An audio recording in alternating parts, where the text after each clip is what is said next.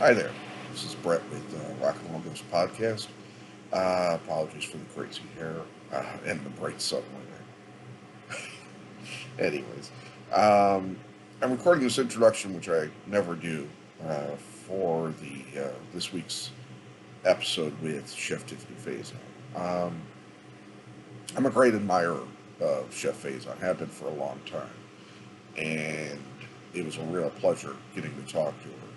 But we kind of wandered into a certain area where I probably wasn't, well, not probably, I wasn't really as prepared to talk about in terms of information and my own actual positions. We this Chef Faison, who identifies as queer, uh, was married to a woman, and now it says in the interview who she's dating.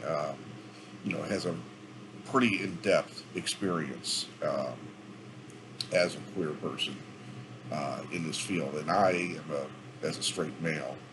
Um, you know, Even though I try, I don't have all the information, and it's not for a lack of care or um, it's ignorance in the form of the actual definition of ignorance in terms of just not knowing. It's not being willfully ignorant. And I try to keep up with everything, and I try to reassess my own feelings and things. I've been a supporter of the LGBTQ community for years. Um, you know, I know this sounds typical, like somebody says, "Oh, I have a black friend," so I'm not racist. But even in the '90s when I moved out on my own, I had a gay roommate, this wonderful man that I had a lot of, he and I were good friends.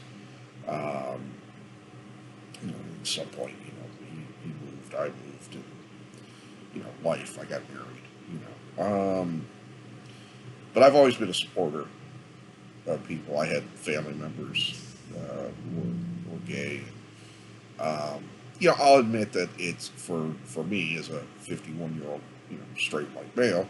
It's been difficult keeping up with the, I guess, for me, new information. The last 5 years, 5, 10 years in particular, have had a lot of new things to the world at large. That not that nobody knew about it, just that maybe not most of the straight world knew about, or understood, or knew the intricacies of. So it's not that I don't think I say anything offensive in it. It's just I wanted to do this introduction just as a way to help you understand that um, I where my position actually is, and that I entered into this very uh, let's say just not fully informed. Um, I was very ineloquent, like I am today, with what I was trying to say. And I was trying, I didn't want to offend her. I don't want to offend anybody out there that may be viewing this. Not that I don't mind offending people sometimes, it's just that in this case, it wasn't in any way my intention of doing so. And it's not where my heart is. You can see an antennas flying around. So yeah, I just wanted to put this out there. I hope everybody enjoys the interview, and I hope I'm not trying to start any fake controversy or any kind of controversy just to rack up views. I considered editing the piece out, and I talked to some friends of mine, and they said no, keep it in, especially because Tiffani seemed appreciative of having the conversation.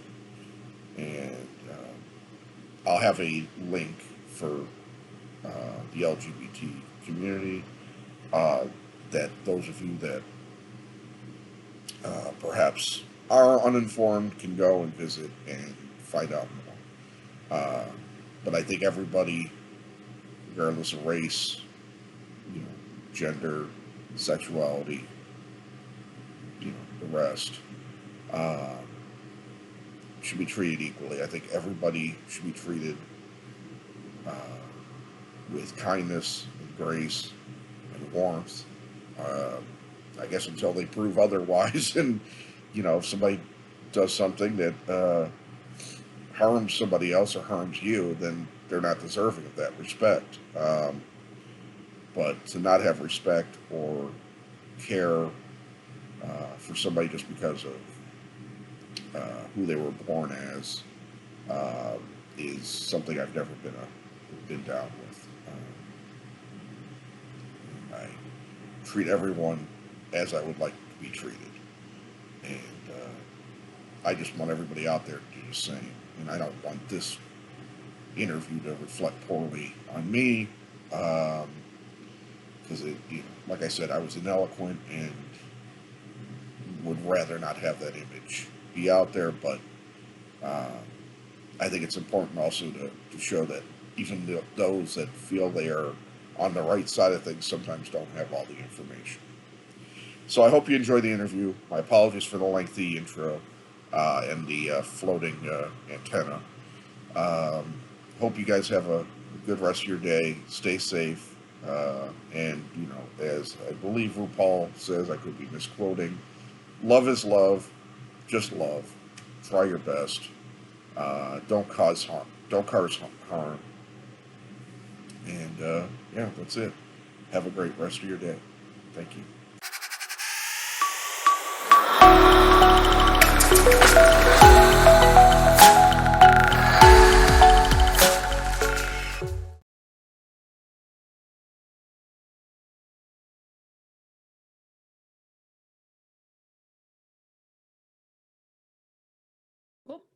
Okay, welcome back to this week's edition of the Rock and Roll Ghost Podcast. This week we're pretty excited to have chef, super chef. I don't know what term you like more. Wildly excited. We're pretty excited. We don't know. Yeah. Tiffani Faison from Big Heart Hospitality. She owns 5 restaurants in Boston now with 6. Okay, I might not have the 6th one then. Welcome to the show, Tiffani. I'm really super. There's nobody else here to have you. I'm psyched to be here, Brett. Thanks for it's that thing I hate on cooking TV when said what we have for you is, and it's like, dude, you just prepared it. Yeah, just you. It's just you. What we have for only one. There's one you. And I understand that's like, back of the house mentality, like, everybody contributed, but it's like, it's not that hard to switch the gears. Yeah. I think there's a lot of nerves involved that keep people from fully switching gears. So it's I've been watching food TV for way too long, and I'm very jaded. And I used to write for Eater and Thrillist in Chicago back in the day, and I got really burned out on the restaurant scene. So I took a number of years off without talking to any people in the restaurant biz. I still had my friends, but smart. Yeah. Now that whole culture just irritates the hell out of me, but I'm sure you can't say anything. It's part of my culture. There's parts of it. There's pockets of anything that guys really that gets a little bit tiresome or unnecessary, but Yeah. Well, before I get started with questions, I need to let you know my almost 70-year-old mother wanted me to say that she absolutely loves you. She is a smaller redheaded woman as well, so I think that's the connection. I see you. I got you. So she was super excited about this. So I said hi. Give her a big squeeze. I will. We're gonna take her out for dinner for her 70th. Hopefully soon.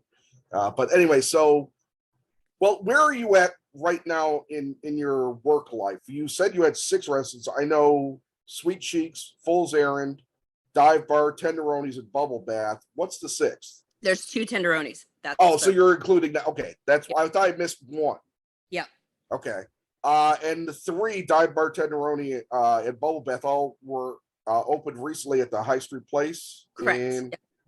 The food hall. So how did that come up for you? How did that whole introduction to a food hall come up? Well, that was a deal I did. What are we, like 3.5, almost 4 years ago? I started working on that deal before COVID was even a thought in anyone's mind. Obviously, food halls, the success of food halls is predicated on a bunch of people gathering in small spaces. Yes. and it's in the financial district when people used to go to work. Yeah. So yeah, I'm like, check. What else Yeah. could I have? Yeah. But yeah, I did the deal like 3.5 years ago. We opened a year ago. It's been really great. It's gone like well beyond what we thought would happen post pandemic. So, because we were still kind of like the tail end of the pandemic. I don't know that we're ever going to be done with it, but I think we're kind of done now. But we opened almost a year ago to like in March. Yeah. Okay. So yeah, the concept, food hall concept has always been interesting to me. I mean, I remember at the tail end of my time writing that we had a couple of places opening up in Chicago around that time, and it's a great concept because people, established chefs, non-established chefs, I mean, can try things out. I've seen in Chicago, I've seen a lot of chefs start one at a food hall and then open up an actual big place of their own. Yeah, it can be a low stakes way for someone to kind of beta test, whether it's like a new concept or whether it's a chef that's working on their first project. It can be that. For me, it was a bit of a beta for like 3 new concepts, and an incredible way to kind of get into a different part of the city that I hadn't been in, and expand Big Heart into the financial district and kind of really start working on getting new audiences into the company. So it's been both of those things for me, and it's been great. Yeah, and I was looking through all the menus, and there's one item on the sweet cheeks menu I have to ask about, because I think I know where the inspiration came from, and I'm curious if anyone's brought it up before. I'm sure somebody has. Just one rib. You know what it is. It's Chris Rock. Yeah. Oh yeah. Of course. Okay, because I just told my sister about it recently, and I was like, she's got to have seen I'm Gonna Get You, Sucker. Of course, you can't open a barbecue restaurant without just one. Well, people have, but this person's not going to. Yeah. Yeah. That's a hysterical. That was the best moment in that hysterical movie. Oh, so great! Just one word. Yeah, so great. So I just wanted to make sure I had that right. You have it correct. Yes. And if you don't know the movie, go see it. I'm Gonna Get You, Sucker. If you haven't seen it, like either see it quickly or like revoke your citizenship and get out of the country. There you go. Well, I'm going to bounce around a bit here. You were born in Germany. Mm-hmm. Your father was in the army. You came to America and it stayed. We're living in Santa Rosa, or so the progression is I was born in Germany, and then we moved to Oklahoma to California, back to Germany to Greece, Greece to Oklahoma, Texas, California again. Wow. So California kept coming up. So Germany and Oklahoma were like the 3 prevailing places. Yeah. Cool. Which one of the 3 main ones did you enjoy the most? Greece, because that's not the 3 main ones. But still, no matter what. So that was pretty great. That was like 6 months. California is, I consider, Boston and California are home to me. When people say like what's home, like Northern California is home, Boston is home, and it's hard to parse the two. Like they're both deeply home for me in different reasons, but equally as much. Yeah. So you and there was another thing that I saw some differing statements. Some things say that you did, some things say that you didn't. I mean, in some cases you said you didn't. Did you go to a year of culinary school? Nope. Okay, I don't know why that's pervasive then. It's on Wikipedia. I've tried to get rid of it. I can't. Yeah. It's other places too for some reason. Yeah. I think because people referenced it from Wikipedia. Yeah. Something about Cambridge Culinary School. I never went to culinary school. Yeah. So your education was taught English primarily. I wouldn't say primarily. I would really? Say I started cooking with Todd first. Well, that's what I'm getting at, like the beginnings. So you've done you did a lot of stuff before opening the first restaurant. Yeah. Oh yeah. No actual college and no culinary school. I started working in restaurants when I was 14. Okay. Mostly front of the house, and then I started back in the house when I was like 22 or 23, somewhere in there. And I started working for Todd. Yeah. And then from Todd, I worked for Tony Maz and a bunch of people that are here in Boston. And then I started traveling and cooking with Todd. So yeah, I was with Todd for a long time. Yeah. And then I was so aware of like the things that I didn't know from not going to culinary school that I started really seeking that out. So worked for Danielle, I worked for Alain Ducasse. I went and like really sought out places I wanted to be to learn for a good 10 years. God, Daniel Boulud and Ducasse. I mean, that's pretty amazing talent right there. Who are those guys? I got to meet Danielle at a beer awards here in Chicago. He was a very nice person. He's lovely. He's wild. Get a drink. Get a couple drinks in that guy. I didn't have the opportunity. I was trying to convince David Chang wanted to go to try an Italian beef place. And I was trying to say, hey, I got a car. That was the closest I got to hanging out with anybody from that party.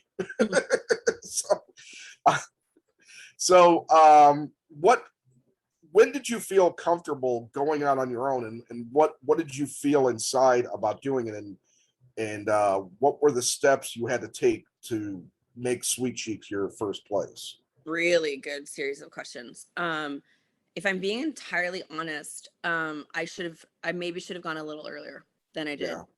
Which is wild because we live in a time when like everyone like learns to cook off of YouTube and wants to open their own restaurant in like 5 minutes. I had been cooking for probably 10 years, like 10 years. I'd run restaurants, I'd done a lot. And I think what I figured out in hindsight, I wish I could tell you I figured it out at the time, I didn't, but in hindsight, I found myself getting like really frustrated in the jobs that I was in because it wasn't how I would do it. And I think it takes a long time for you to develop like a fingerprint and a handwriting that's your own culinarily, both operationally and also artistically, like how you see things and how you would do things. And it sort of happens, I think, in some ways without you knowing it. Like I wasn't uniquely aware of it until and the way it manifested for me was just being really frustrated and like how people I was working for were running their kitchens or wanted their kitchens run or whatever it was. And it's their restaurant, they own it, they can do whatever they want. Right. It wasn't what I wanted to do. It wasn't kind of how I saw the world. And so I think it probably came across as, I don't know, probably not great. Like I didn't see it for what it was at the time. And I was just kind of like, this is BS and I don't like how this goes. And I wasn't having those conversations with the owners, but I would go home and just feel like really defeated and like really frustrated. So in hindsight, that's how it manifested for me, that it was like, it's time for you to do your thing. So I was working at a restaurant called Roca, and running that. And it had been like the owners, you don't know what to ask when you go into like a restaurant like that as the executive chef. And frankly, if someone came in and asked me like what my financials are and like how's my cash flow, like I'd be like, sit down. This is not your business. But I also didn't ask those questions. They hadn't paid rent, like just ever, like stuff like that. I didn't know. So I went in to like rave reviews, like we're busy all the time, and then we closed in 10 months. And I was like, I just didn't understand how that happened. I didn't have any access to like back of the house, like actual financials or the keys to the kingdom in that way. So in hindsight, I can see what happened, but again, at the time. So this was 2000. Well, they did it on New Year's Eve. So it was 2009 going into, 10 going into 11. And I just thought like, it's now or never. Like I was in my early 30s and I just thought like, if you don't do this now, you're going to give the best years of your life away. So I went on Obama's payroll and started working on Sweet Cheeks with a business partner that ultimately turned out to be a really horrendously bad cultural fit. But opened Sweet Cheeks and then bought him out 4 years later. Yeah. Okay. Well, that's cool. I mean, I think that's something that a lot of people don't know, when they're cooking, they don't ask those questions or if they ask them, they're told that's not your business, but what have you. Yeah, there's a lot of open book accounting that does happen. We do it in my company. Like we all see the P&Ls. I for years I was like the chef that was asked to like, shave off labor, food cost is X or whatever. And if I didn't see it and understand it as a one piece of the larger Jenga puzzle, you don't always understand how to do what you're being asked to do in the context with which you're doing it. So it's like, yeah, I can do, you need a lot of information to understand like how it all works together. Yeah. I can't tell you how many times I've heard from people like people I know that have opened restaurants and like, this guy's over here. We're trying to open a restaurant. This guy's spending the investors' money on, illegal activities and things. And the guy the person I know leaves, and 9 months later, the place, it opened and closed within 9 months. It's like, well, there you go. Yeah, and there's a lot of different things that can contribute to a restaurant not succeeding. Yeah. And I think there's a lot of outside in, like, this person does this or that. Like, there's so much shit talking. I have no tolerance for it. Like, you really don't know unless you have like some sort of evidence about what happened or what was done. Like, leave all of your like commentary if you're not running it and you're not working there. Even if you leave your shit beside, like, don't come with that. Like, no one needs to like start. Restaurants are hard enough without people, and there's so much gossip in the Oh yeah. as you know, like, don't. Yeah. Well, this was a pretty good source. They were intimately involved with all of it. So, but I still hear you. I mean, I'm not saying what it was, so I'm not supporting. No, I think better not do that. Yeah. No. Well, let's jump forward a little bit. You won Tournament of Champions last year, which was pretty cool. Thank you. Every season so far, Brooke Williamson won the first, Monique Shohan won the second, you won the third. Mm-hmm. I mean, women are basically taking out everyone in that competition so Mm-hmm. far, and we're on the eve basically of the new season starting. You're part of that, correct? Mm-hmm. I am. Okay, I'm not going to obviously ask you what happened because you're not going to tell me. Nope. But were you happy to return and defend your title? Yeah, of course. Yeah, it's always it's just such a special competition. It is incredibly hard. It doesn't ever get easier. Yeah, I'm always happy to be invited back. Yeah, that wheel is merciless. Merciless. And you never know, and it gets harder and harder. So it's so weird, like when you have to come up with ideas on the fly and incorporate all these other things. It's like it's just insanity. It's a lot. What was your favorite part besides winning of competing in this? You were in the second and the third season, but not the first, right? Yeah, I wasn't in the first season. I came in the second, won the third. My favorite part of it, it's honestly getting like this really, it's like being taken out of your normal life. As much pressure and as hard as it is, I get to hang out with my friends for a while, so being able to do that is so much fun. Like, we all, hang out with each other off when we're not filming, and it's lovely to see everyone and be able to catch up. So that's a huge part of it. The actual cooking is wildly fun. It's hard. Really, really. Everything leading up to it is like vomit and diarrhea inducing, but like the actual cooking is really fun. Yeah, I can imagine, because it's I sit there and like if I watch Chopped or something and I start thinking, well, what the hell would I do with it? And like sometimes I do have a plan, and I'm not really that great of a cook, to be honest. Somehow I've gotten worse as a cook as I've gotten older. I don't know how to explain that, or lazier. Maybe that's it. But something lazier can just mean more efficient and you get better.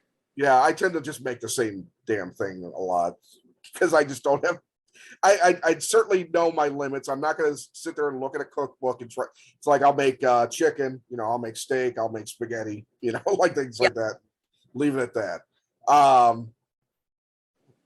So the other part that everybody probably knows you from is your appearances as both a competitor on different shows and as a judge. Mm-hmm. What was how did you feel when you went from being a competitor to being a judge? I mean, it's kind of an interesting story. I was I really like given TV a very long break and kind of not sworn it off, but thought like I really don't want to do this anymore. Yeah. And Chopped was reaching out to me like constantly to compete in their girl tournament. And like for like 3 years in a row, like really on my case to do it. And I wasn't interested, I didn't want to do it. Yeah. And I finally said yes. And then I did like an interview with them, like a Skype interview back when Skype was a thing. And they came back and said, "Hey, we're not interested. Thanks, no thanks." And I just thought, this is first, I didn't know why I had to do an interview with them. Like, you've seen me cook, like not you're like the one, you're reaching out to me. Yeah, you reached out to me. So I don't know. It was kind of confusing. And then they didn't want me. And I was like, well, okay, well, and then it became, well, I don't know. I just felt shitty about the whole thing. Yeah, frankly. yeah. And then a couple weeks later, they were like, "Hey, we'd like you to come guest judge, actually." And I was like, "Yes, I'll do that." So it was just like a one-off guest judge spot. And and then it grew from there. Like they kept asking me back, and then yeah, I'm the first person that's been like officially brought onto like the judge team in 10 years. So Great. yeah, No, those- it's cool. Well, you're also a judge on a show I just got into recently because Discovery had it, on the front page, is Which Fire one? Masters. Oh yeah, Which I didn't even know about, I guess because it was Canadian, or it is Canadian, yeah. yeah. But I was surprised to see you on there. I ended up seeing other Americans too, but it was like, I just figured Eddie, it was all Canadians. yeah, Hugh was on there with us. Eddie and I were there together. Uh, Kevin Bledsoe's on there. Yeah, there's actually, I would say like maybe more Americans than it might be 50-50. Yeah, but, yeah. I was surprised that because Canadians usually like to keep their stuff to themselves. Food Network, so there is a lot of I see. Yeah, that does make sense too. That's a fun show. It's a fun show, and it's cool. The outdoor cooking is very cool, and it's I think in that way much different. So yeah.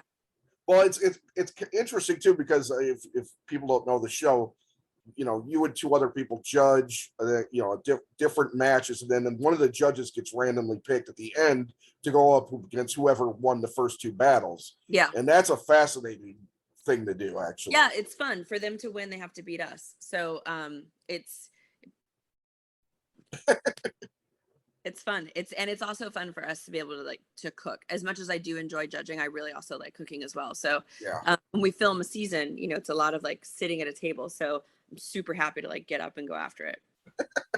Well, you're also been a contestant, I believe, and a judge on Guy's Grocery Games. Obviously, that might have been your first introduction to Guy, I believe.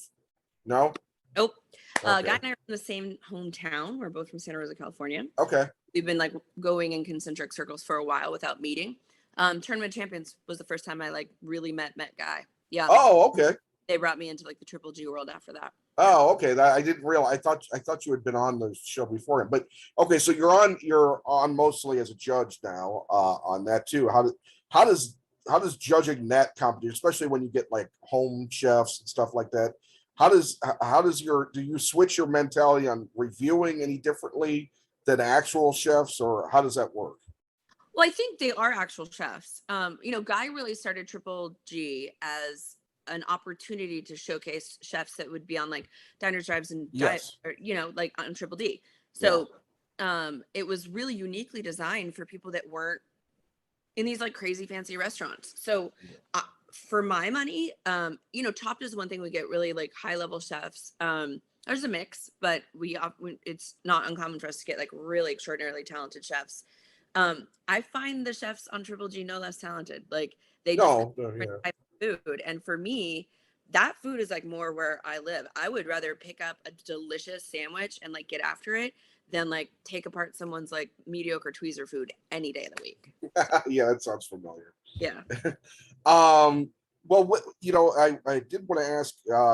You had two restaurants close around the pandemic, or since the pandemic. Tiger Mama, which you've kept the space, correct? And you're thinking about something else. I reconcepted Tiger Mama and just Tenderonis. Yeah. Oh, I see. So that's what that is. Mm-hmm. Oh, okay. I didn't realize that. And now, what happened with Orfano's?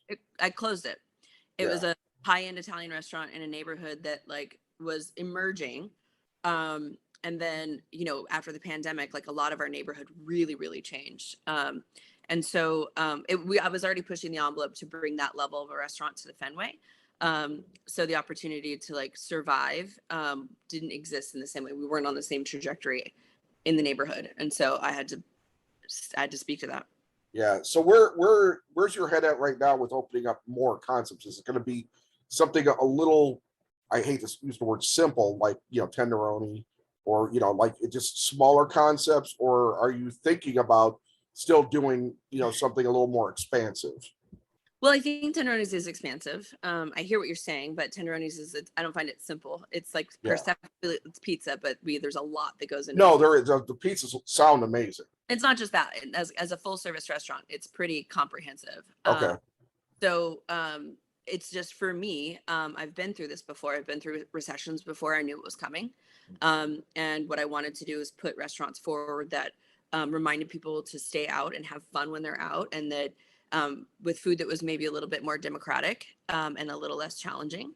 There's not one direction that I'm going to like be in and stay in lane wise. That's not who I Okay. am. So for right now, I always have projects working, but I have promised myself that 2023 is for me.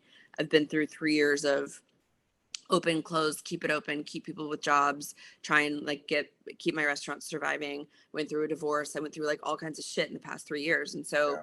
now that we're finally on the other side of this, like I just bought a house. Like I am happy to move into my house. I'm going to rip the inside of that house up, make it mine. Like 2023 is good for me. I mean, I'm Yeah. still going to be like doing a bunch of stuff in the restaurants I have, but I don't have any like immediate plans to do anything else right now. I need to just take a year. That's cool. No, hey, I think everybody needs to do that. Yeah. Sometimes they need to. I mean, it's not like you're not going to be still busy. Oh, I'm still really busy. I opened 4 restaurants last year. Like, Yeah. it's okay to like take a damn year. Well, you brought up something interesting about the pandemic and having to shutter things temporarily. However, since you have so many concepts, or since your restaurants in different forms were different things, how important is it to you to keep certain staff members on and maybe move them up in some way? Very. And that's how we find our greatest success, is people that come in at whatever level and continue to like rise with us. They tend to be like members of the team that become more impactful because they understand the culture, they understand the goals, and then they can kind of lead from within. We don't have the greatest success by bringing people in at high levels from outside. It takes time.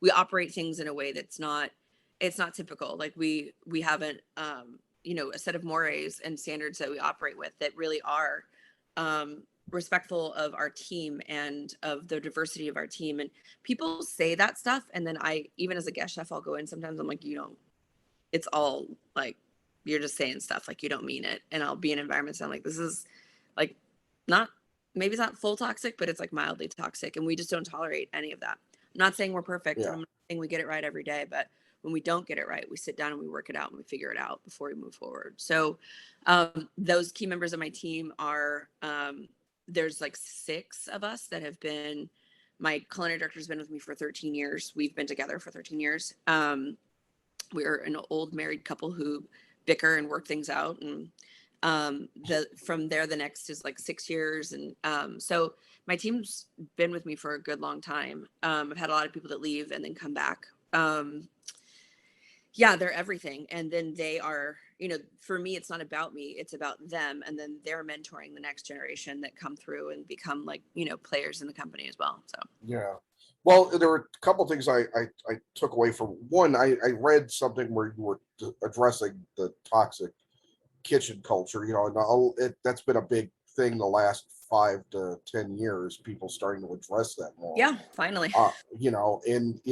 We've come a long way, like from the start of, because really people's idea of restaurants really started to form when Food Network kind of started coming out, cooking and all that. And then Anthony Bourdain had his book, and admittedly now that's basically embracing a lot of the toxic culture that and I don't was think in that there. was intentional for Tony at the time. I think it was really just kind of like telling very real stories. I related to so much of it. The problem was it was sort of it was celebrated, and it was, this is the goal and this is the idea. That was the time when like every Chef Works or Chef Work catalog had like a dude that looked really like angry with tattoos on the front. It was, we were saying this is the archetype of what you need to be if you're a chef. You need to be white, you need to be cis male, you need to be angry, you need to be tatted out, you need to be like, and we got lost in that for a really long time. To his credit, Tony did a lot of work to dismantle that before he died. If I'm being honest, and I don't want to speak ill, but not as much as he should have, and not as loudly as he should have. Yeah, I get that, and I think had he hung around a little longer, it seemed like he was being pulled in a certain, more progressive direction. Yeah, he had a lot of conversations with, I think he also had relationships with women who had been leveled by toxic culture in their fields as well, not just restaurants, but also in their fields. And I think that helped him open his eyes in a lot of ways. I know he had conversations with Dixler a lot. He had conversations with Kat Kinsman that were, you know, like he was really coming around and having a lot of those conversations. So this is also like, you know, for someone that, and I'm not speaking for him obviously, but has been a part of like the building, it unwittingly, the building of that culture. It's got to be very difficult to like understand the weight of the part that was played in that, and to like understand what it means, especially if it's not what you intended, and I'm 100% sure it wasn't. What do you do, and how do you begin to like be a part of what dismantles it? It's not easy. Yeah, no, he was definitely an interesting person. I had the pleasure of talking to him a few times, and Yeah, I like him a bunch. I don't know, it's I get kind of bummed out. I don't know why I even brought him up, because I get bummed up thinking about him, because I just, he was like a hero of mine in a lot of ways. And you know, pretty much all my heroes are dead now, which is, To a lot of people he was a hero. And yeah, and I think it's our responsibility to kind of look at why. And for us, so much of what Tony represented was giving voices to people that did not necessarily have voice. And like, and culinary anthropology was not something that we talked about in a way that was so deeply personal, that you went to the space and the place and understood who you were meeting and what they were eating, and how you saw life through their lens. And really that was always, you know, travel and culinary. So yeah. Well, how important, how does your personal life, in terms of, you know, being a woman, you know, being, clear. is that your term? Yeah. Okay, I wasn't 100% sure. Yeah. How does that represent itself now in your culture, your company? I mean, loud and clear every day. Yeah. It's something I've ever hid. We are a company that really puts people that are marginalized historically at the forefront of everything that we do.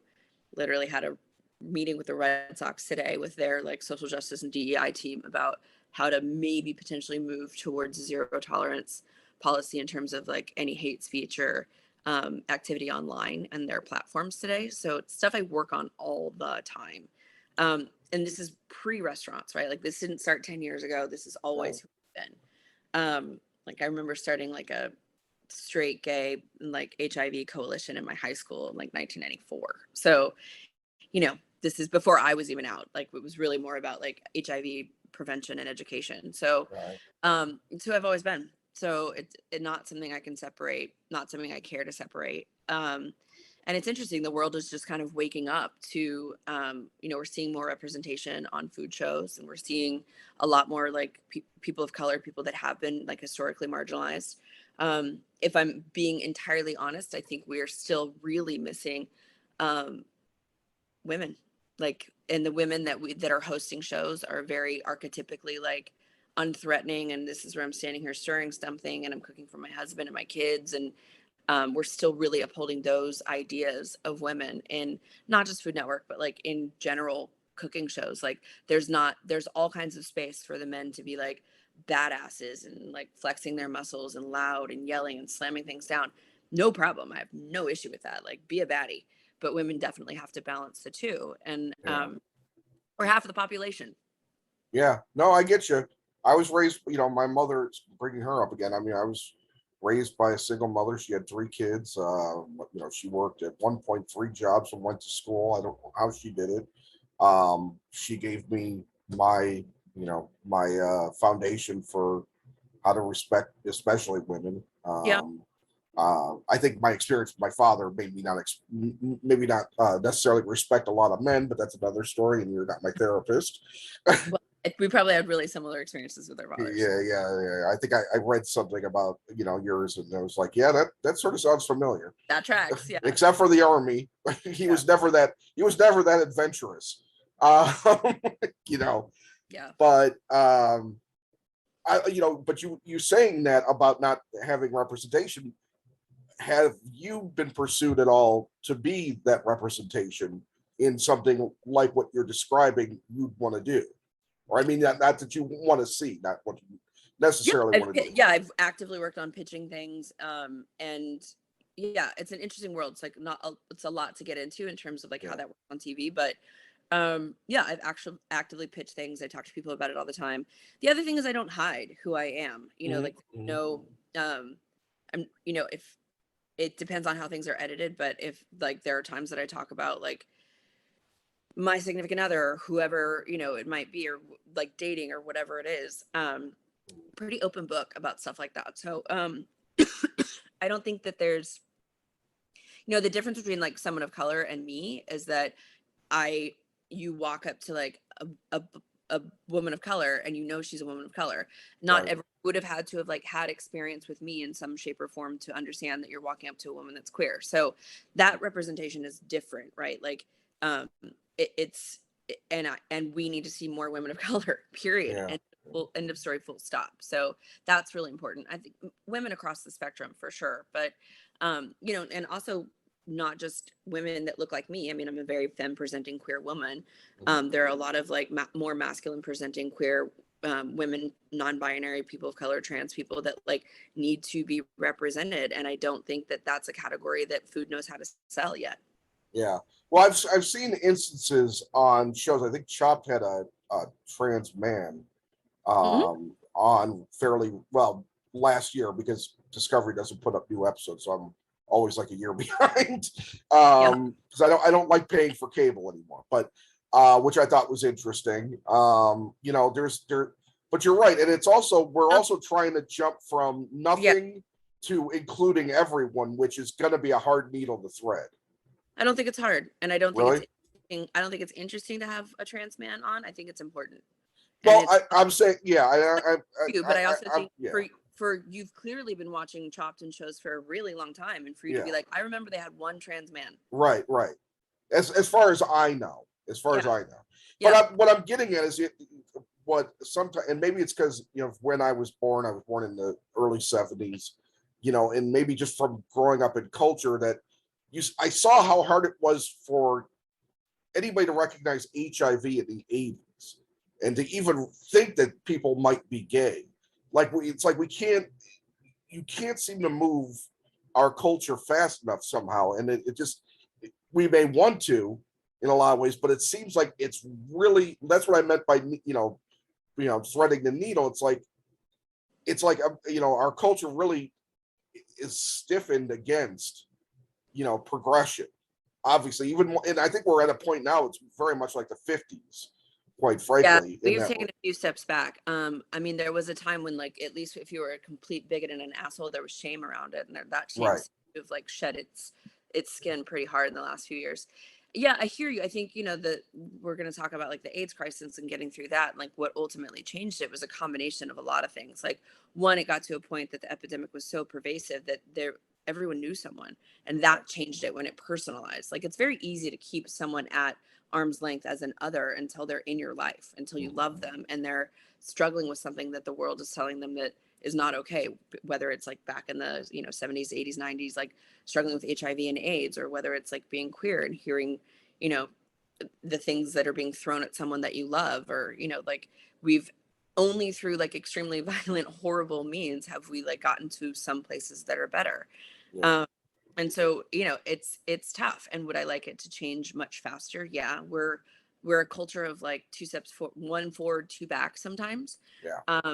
And I don't think that I don't really think that we are people who are fighting it as much as the loudest, most annoying voices in the room are taking up the most amount of space right now. And that's I think so too. Yeah, that's just a moment. We'll get through that. Yeah, well, that's the thing. It's like I grew up, I obviously had my mom as a good representative, but I grew up like, when Sesame Street came out. So I had an early on, like, okay, accept everybody as long as they're not an asshole, basically, and that's how I've lived my life, essentially. So, but it's like, and it's harder. Like, I think back to when I was younger, and it's harder for me as a person of my age now to see the impatience, I guess, in younger people for some reason. Well, but I get it. Yeah, I get it. But it's also like, I don't know. I think getting older is weird. What do you mean impatience? Like, it's harder for you? Like trying to move everything right now. It's like, and I like no sense of like, we just attack instead of trying to inform. Sometimes. Well, in fairness, I hear what you're saying, but I also, in fairness, like, there's a lot of young people that just want to be able to live their lives freely as them. Understand. Yeah. teach classes every day. And so if you're asking for people that are young, that are always the people that are moving the needle faster than Yeah. everyone has said this about the generation before, Yes. that they're moving too quick and they're going too fast and they should wait because we waited. And not, there's like, it's a fallacy of tradition. No one should have Yeah. to wait because the generation ahead of them waited. That's not a thing. So if you're Yeah. asking like whoever it is, young Black kids to like, you know, stop moving so quick because they want to live their life safely, that's not, no. If you're asking young queer kids to like Yeah. live their lives as like freely as possible, whether they're Well, that wasn't really what. Yeah, I'm sorry. That wasn't exactly. It's not okay, not but, that like, aspect. It was more about like if somebody says something and they're not maybe as informed, the jumping on that. Like if somebody writes an article and they use something wrong and they're not meaning harm, but there's like, you know, and this happens. Hey, look, trust me, on the right, those people are insane too. So it's like, you know, happens everywhere. But I also Yeah. like we are in a space and time that we have never had the privilege to be in before. Like insofar as like if someone's writing an article, you have every opportunity to like check it again. There's tons of resources out there. The entire library that we used to have to go to is now at your Yeah. fingertips. So right. I think it's everyone's job to be intentional about what it is they want to say, who they're Yeah. saying it to, and how they're saying it. And I hear you about like the piling on thing. Like I get that. And there's a way to, for me, it's almost never about what's said. It's about how it's said. And that's, I would say that too. Yes. But it's also the responsibility of people who live in privilege to like really do the work. Right. I get that. There's lots of communities of people that have been historically marginalized that are just tired of doing the fucking work for everybody. No, I get that. And I'm probably not being as eloquent as I'd like to be, because I think I'm still evolving as a person myself. And I'm trying to catch up with because it seems like for me, like we jumped just a bunch of steps. Like I grew up, you know, I had, you know, friends that were gay or lesbian or, you know, whatever. I had, you know, I supported the gay, queer, LGBT, you know, the community. Mhm. I was on board. I was all on board for rights, for marriage, and all that stuff. And it just like, I don't know if it's because of the internet, social media, like it just seemed like the walls broke and a bunch of information started flooding in. And like sometimes I think of myself, well, am I being negative or am I just overloaded with information? And you know, I also think like also, if I'm the one that's unsure of how to think about certain things, I can't even imagine what the nutso, you know, extreme right person is. You know, they just shut it off and say all of it is bad. You know, right. probably. Well, the difference between you and them is you're obviously like open to learning, and that's huge. But I mean, I guess my question would be like, what is the information? Like, if you feel like the dam of information broke and it happened really fast, what is that information? It's just about gender identity. Like I just didn't, you know, things like that, and I didn't realize that the transgender community was as big as it was, quite frankly, and part of that is from, you know, my growing up in entertainment. A trans person was generally a streetwalker, you know, in entertainment. You know, that was what they were kind of you know, relegated to. So it's no, like, that's who we've been taught, that they were sex workers in a lot of ways. But that's also like that's one aspect of right. Like, I so, and there's plenty of information out there. Like I will say, like it's a conversation that my mom and I have had a bunch. You know, she's continued to like grow and learn. I've dated non-binary people. My boyfriend is trans. And it's, you know, when she starts with like, explain this to me. And my response to her is do some research, do some work on your own, and then come back and let's chat. Yeah. No, I'm not asking you to explain anything to me for sure. And I'm fully admitting that I'm an evolving project. So we all are, for sure. So I hope number one, that I didn't offend you in any way with, you know, not having everything I'm always processed. happy to have a conversation, for sure. Yeah. I do think that we probably need to move some nomenclature out, and like if we're gonna breach the subject and start having conversations, I think it's really important not to, you know, and again, this is not me being like the PC police, but I think we've known enough to know that trans people aren't streetwalkers, and that there has been a history of sex work in the trans community because they've been so marginalized that there's no they didn't have anywhere to go. Right. Exactly. So yeah, no, it's just a history. Yeah, it's a history of either no information, bad information, and then all of the information. I think, and it's just like I think as one thing I try to fight against as I get older is not being that person that's an immovable object. You know, Right. not I don't want to be that, but I also, with regular life and things I'm trying to do, and then trying to also keep up with society in its Yep. ever-changing ways. Yeah. Sometimes it can be overwhelming for people. And then, like I said, I can't imagine somebody that's not open, to the idea, because it must and I melt their totally, brains. yeah, I understand that it's like it can be overwhelming for people, especially if they're not, a part of the community or like that understand. Yeah, it's a lot of information. For you guys, it's information. For us, Yes. we live in it every day. It's Right. not information. Understand. Difference between like life and death sometimes. So Right. like while I understand and appreciate that people can be overwhelmed with information, like put yourself in the shoes of someone who might be overwhelmed with worrying about their safety. Understand. Yeah.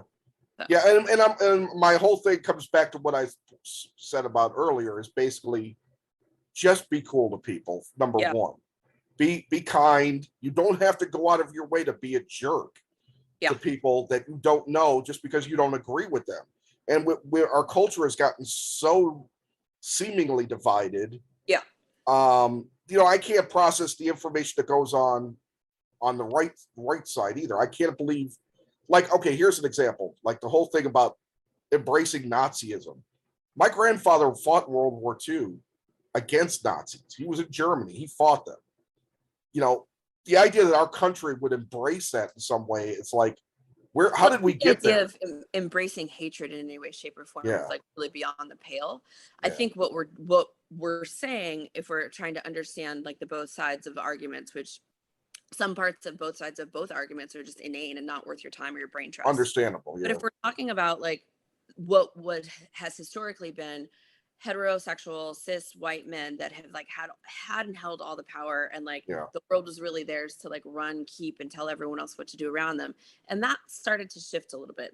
It hasn't shifted, but the plates have started to shift just a little bit, enough to scare the shit out of people. And then with that, we see jobs that used to be like reliable jobs, truck drivers, coal miners, like manufacturing positions that have been automated, moved out of like what used to be like really traditional ways to earn a living that was considered the right thing to do in America, and blue collar and like all the things that built this country. We've seen that like just completely like go like sand through fingertips for people. And so it's really easy, I think, unfortunately, instead of like digging into the why of that and understanding that like this is what happens, like it happened with essentially the automated age, like it's happening again, and to understand how to like move that in a personal way and in a way with your family around you that puts you in the driver's seat, as opposed to just becoming angry about what was and the change that you're seeing around you. And so that change is scary when you can't take care of your family and you feel like the world is moving too fast for you. That what the want is to slow it down, put the brakes on, and go back to like when you had the power, things were easier. You were being, big hearty handshakes for doing the job that you were doing, and you could, work at a plant and take care of your family of four. Those days are gone. They're not coming back. And I understand the anger and the fear about it, but there's also the other side of those days where women were not allowed to have credit cards without co-signing from a man. Right. They got a loan on home, couldn't have a bank account. People of color weren't able to vote. People of color couldn't have a bank account. So for all the like romanticizing we do of that time, it was only for one specific part of the population. Right. But I do still understand the fear of all of that disappearing. But now it's a very similar fear that all the rest of the population's been living in for a long time. Yeah, no, I think people have to realize that people have to be more aware of others in general, I think. And I think and that seems to be breaking down as we get further away from interacting with people too, and that's a whole other thing. And I could sit here and go into the why, America jobs wise is the way it is because of the Reagan period of busting the unions and letting corporations go overseas, all that stuff. It's like it's not the black person in your neighborhood's fault. It's not the gay person's, in your it's the number one, it's the politicians and it's the corporations. It's a grab bag of a lot of things that have slim to shit to do with the person that you want to pin it on. Right. And I think it's just too easy to blame a culture, for your troubles. And your trouble could be you. Actively voting to promote for a really long time. Like, Well, I think we're probably a little bit over, but I did want to ask you a couple of not personal questions, but 2 minutes. Fun questions. Yeah. Favorite movie? Oh Lord. Comedy, probably Bridesmaids is the one I will never turn off when it comes on, and I just Okay. laugh off every last time. There's too many dramas, so yeah. Okay. Last show you binged. I am in the middle of The Last of Us right now. Okay. It's so good. So I don't know if I'm binging. I'm waiting every day, like true binge. Yeah, like sitting there on on your couch for hours, just Oh, glazed The West. over.